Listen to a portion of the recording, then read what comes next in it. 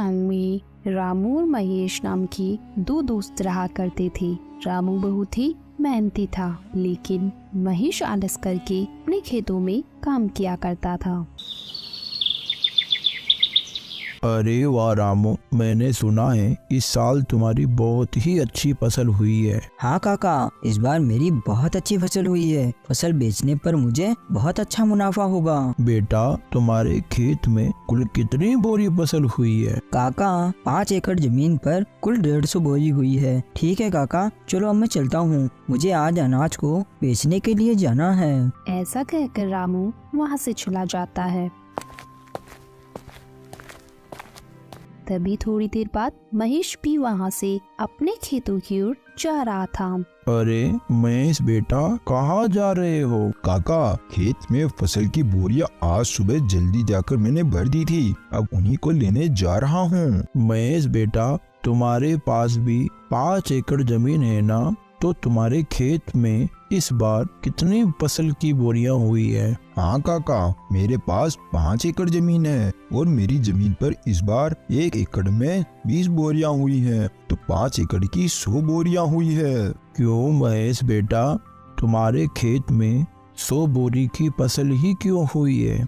तुम्हें पता है तुम्हारा दोस्त जो रामू है, उसके पास भी 5 एकड़ जमीन है। उसकी जमीन पर 150 बोरियों का अनाज हुआ है, जबकि जहां तुम दोनों के खेत है उधर के इलाके की जमीन तो एक जैसी ही है। क्या कहा? मेरे दोस्त रामू के खेत में इस बार 150 बोरियां की फसल हुई है, लेकिन उसने तो मुझे बताया ही नहीं। ठीक है काका, चलो मैं चलता हूँ। फिर शाम को महेश अपनी फसल बेचकर अपने घर लौट जाता है। घर पहुंचकर महेश फसल के बारे में सारी बात अपनी पत्नी को बताता है। मुझे पता है आपको 50 बोरियों का नुकसान क्यों हुआ है, क्योंकि आप अपने दोस्त रामू की तरह मेहनत नहीं करते, इसलिए आपको 50 बोरियों का नुकसान हुआ है। क्योंकि आपका जब मन होता है आप जब भी खेत जाते हो, और अगर ऐसा ही रहा तो कैसे चलेगा? अरे तू भाग्यवान, इसमें मेरी भी क्या गलती है? मुझसे जितना होता है मैं वो सब कर लेता हूँ। अब मुझे तुम ही बताओ, मैं इसके अलावा क्या करूँ? आज आप अपनी जमीन को बेच दो और रामू के पास वाली जमीन को खरीद लो। अगर रामू की जमीन 5 एकड़ है तो आप भी पूरी 5 एकड़ जमीन को खरीद लो, और रामू से कहो कि अब अपन दोनों पूरे 10 एकड़ जमीन पर साथ मिलकर काम करेंगे, और जो भी मुनाफा होगा दोनों बराबर बांट लेंगे। हाँ, तुम ये बात बिल्कुल सही कह रही हो। मैं कल ही रामू के पास जाकर इस बारे में बात करूँगा, और मुझे जहाँ तक पता है रामू मेरी इस बात को टालेगा नहीं। फिर अगले दिन सुबह होने पर महेश अपने दोस्त रामू के यहाँ जाता है। और भाई रामू, कैसे हो तुम? महेश भाई, मैं अच्छा हूँ, तुम बताओ, तुम सुबह सुबह यहाँ कैसे आ गए? रामू, अपन दोनों बचपन के बहुत अच्छे दोस्त हैं, तो मैं सोच रहा था कि मेरी जमीन को मैं बेच दूं और तुम्हारी जमीन के पास ही जमीन खरीद लूं, वो भी तुम्हारी जमीन के बराबर, पूरी 5 एकड़। हाँ हाँ महेश भाई, खरीद लो, ये तो बहुत ही अच्छी बात है, मुझे भी मेरा एक अच्छा पड़ोसी मिल जाएगा। लेकिन रामू, अगर तुम्हें ऐतराज ना हो तो अपन दोनों मिलकर तुम्हारी और मेरी जमीन पर खेती करें, क्योंकि दोनों अलग अलग मेहनत करने से अच्छा है दोनों एक जगह ही मेहनत करें, इससे अपन दोनों को अच्छा मुनाफा भी होगा। हाँ हाँ महेश भाई, मुझे इस बात से कोई एतराज नहीं है। चलो अपन सेठ मनीराम के यहाँ चलकर जमीन को खरीदने और बेचने की बात करते हैं, क्योंकि मेरे खेत के पास की जमीन सेठ मनीराम की है। फिर दोनों सेठ मनीराम के पास चले जाते हैं। सेठ जी, रामू के पास वाली जो जमीन आपकी है, मुझे उस जमीन को खरीदना है। तो खरीद लो, हमने कब मना किया है, लेकिन जमीन खरीदने के लिए पैसे लेकर आए हो? दरअसल सेठ जी, बात ऐसी है कि मैं अपनी 5 एकड़ जमीन बेचना चाहता हूँ और रामू के पास वाली 5 एकड़ जमीन खरीदना चाहता हूँ। तो खरीद लो, मुझे कोई दिक्कत नहीं है, लेकिन मेरी जमीन के बदले मुझे तुम्हारी जमीन और 5,000 रुपए चाहिए। लेकिन सेठ जी, मेरी जमीन भी तो 5 एकड़ की है और आपकी जमीन भी तो 5 एकड़ की है, तो फिर आप मुझसे 5,000 रुपए और क्यों मांग रहे हो? देखो भाई महेश, जमीन की समय के हिसाब से कीमत होती है। अगर तुम्हें लेनी है तो 5,000 रुपए दे दो, वरना कोई बात नहीं। ठीक है सेठ जी, चलो आप 5,000 रुपए और ले लेना, लेकिन आपकी वो जमीन मुझे दे दो। फिर महेश सेठ मनीराम से उसकी जमीन खरीद लेता है। फिर ऐसे ही कुछ दिन बीतने के बाद सुनो भाई महेश, हमें कल से खेतों में हल चलाना होगा, इसलिए कल सुबह तुम तैयार रहना खेत जाने के लिए। अरे यार, हल चलाने में तो बहुत मेहनत लगती है। बैल के साथ साथ पूरे खेत में चलना पड़ता है। मुझे इस काम से बचने के लिए कोई ना कोई बहाना तो बनाना ही पड़ेगा। अरे सुनो भाई रामू, आज मेरी पत्नी के पिताजी का देहांत हो गया है और मुझे 12 दिन के लिए उनके वहाँ जाना पड़ेगा, और अगर मैं वहाँ नहीं गया तो अच्छा नहीं लगेगा। हाँ महेश भाई, ये बात तो सही है, वो तुम्हारे पिता समान है, तो तुम वहाँ चले जाना। तुम्हारे हिस्से का काम भी मैं ही कर लूँगा, तुम बेफिक्र होके चले जाओ। मुझे तो ऐसा लग रहा था कि तुम इस बात के लिए बिल्कुल नहीं मानोगे। तुम सच में मेरे बहुत अच्छे दोस्त हो। मैं 12 दिन बाद वापस आकर तुम्हारे साथ खेत में बहुत मेहनत करूँगा। फिर थोड़ी देर बाद महेश अपनी पत्नी के साथ उसके ससुराल चला जाता है।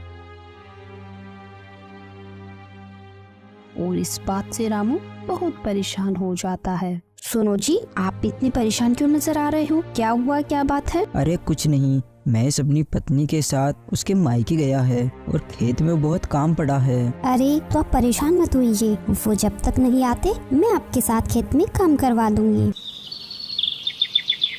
फिर अगले ही दिन से रामू अपनी पत्नी राके के साथ मिलकर खेतों में हल चलाने का काम शुरू कर देता है। फिर कुछ दिन बीतने के बाद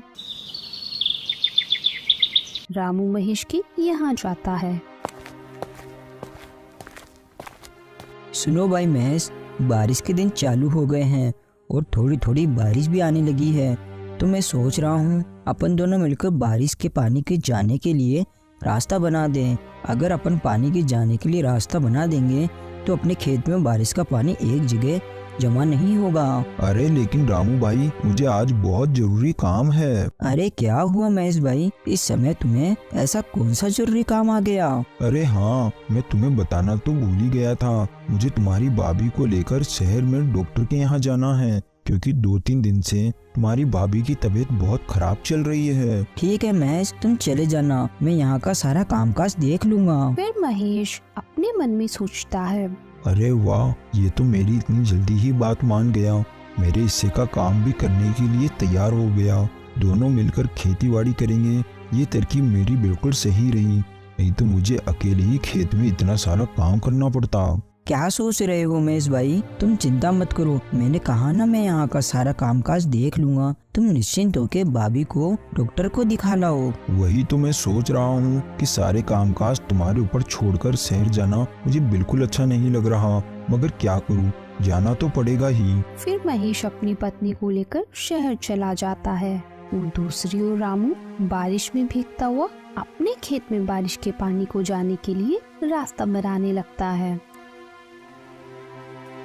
फिर रात होने पर, सुनो जी, मुझे ऐसा लगता है जब अपने खेत में कोई काम नहीं होता तो आपका दोस्त महेश घर पर ही रहता है, और जैसे ही आपको खेत में कोई काम होता है वो कोई ना कोई बहाना बना लेता है। मेरा शक बिल्कुल सही है, वो जानबूझकर बहाने बनाता है और शहर चला जाता है। ये तुम क्या बोल रही हो? तुम ऐसा बोलकर मेरे और मेरे दोस्त के बीच झगड़ा करवाना चाहती हो? वो मेरा बचपन का दोस्त है, वो मुझे कभी धोखा नहीं दे सकता।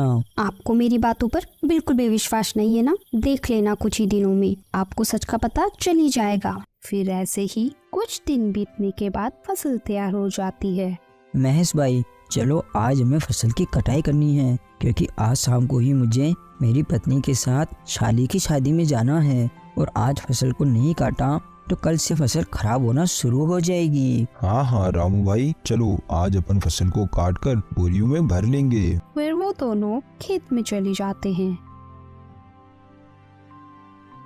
और पूरी फसल को काटकर बोरियों में भर लेते हैं।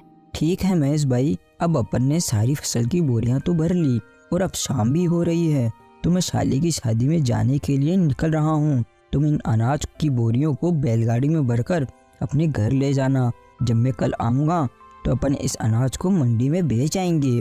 अरे भाई तुम चिंता मत करो, जब मुझे काम था तो सारा काम तुमने अकेले ही किया था, और अब तुम्हें काम है तो मैं सारा काम अकेले ही कर लूँगा। तुम इस बात की बिल्कुल भी चिंता मत करो, मैं इन बोरियों को बैलगाड़ी में भरकर घर ले जाऊँगा। फिर महेश सारी फसल को बैलगाड़ी में भरकर घर ले आता है। सारी फसल को यहाँ क्यों लेकर आए हो? मंडी में बेचकर क्यों नहीं आए? वो क्या है ना, रामू उसकी शादी की शादी में गया है और वो कल सुबह तक लौटेगा। उसके आने के बाद ही हम इन बोरियों को मंडी में बेच आएंगे। चलो ये तो अच्छा है कि सारी बोरियां आप यहाँ लेकर आए हो। मेरे पास एक तरकीब है। बताओ बताओ क्या तरकीब है, और यहाँ फसल को लाना क्यों सही है? देखिए, आपका दोस्त कल सुबह तक नहीं आने वाला, और इतने में अपन इन सारी बोरियों को अपने घर के पीछे वाले कमरे में रख दे तो सारी फसल का पैसा केवल अपना होगा। हाँ ये बात तो तुम बिल्कुल सही कह रही हो, लेकिन अपन रामू को क्या बोलेंगे कि सारी फसल कहाँ गई? अरे इस बात की आप चिंता मत करो। कल सुबह जब आपका दोस्त फसल लेने के लिए आएगा तो बोल देना कि सारी बोरियां घर के बाहर ही रखी थी और पता नहीं यहाँ से कौन चुरा कर ले गया। बस इतना ही बोल देना। इसमें आपका दोस्त क्या ही कर पाएगा, वो कुछ नहीं बोलेगा। अरे वाह भाग्यवान, तुम कितनी अक्लमंद हो, तुम्हारा कितना दिमाग चलता है। मैं तो केवल खेत में काम करने से ही बच रहा था और तुमने तो सारी फसल को ही अपना बना लिया। वाह भाग्यवान वाह। आप इस काम में बिल्कुल भी देरी मत कीजिए। आप सारी बोरियों को बैलगाड़ी से उतारकर घर के बाहर ही रख दीजिए, ताकि गांव वाले भी देख सके कि बोरियां आपने घर के बाहर रखी है। फिर रात होने पर अपन दोनों मिलकर बोरियों को छुपा देंगे। फिर रात होने पर दोनों पति पत्नी मिलकर सारी बोरियों को घर के पीछे वाले कमरे में छुपा देते हैं। फिर अगले दिन सुबह होने पर